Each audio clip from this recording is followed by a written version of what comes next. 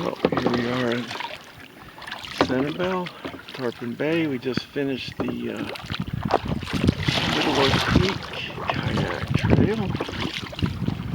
And we're back at Tarpon Bay, which is just a huge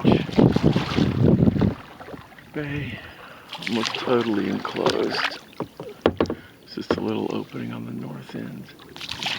And looking back on the trail, a lot of it really goes right to the mangroves. Oh, there's some birds.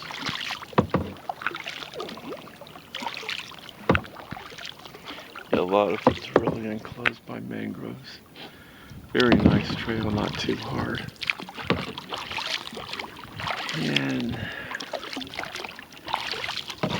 heading back so we can enjoy the beaches and the shelling here at Sanibel. Here on Labor Day.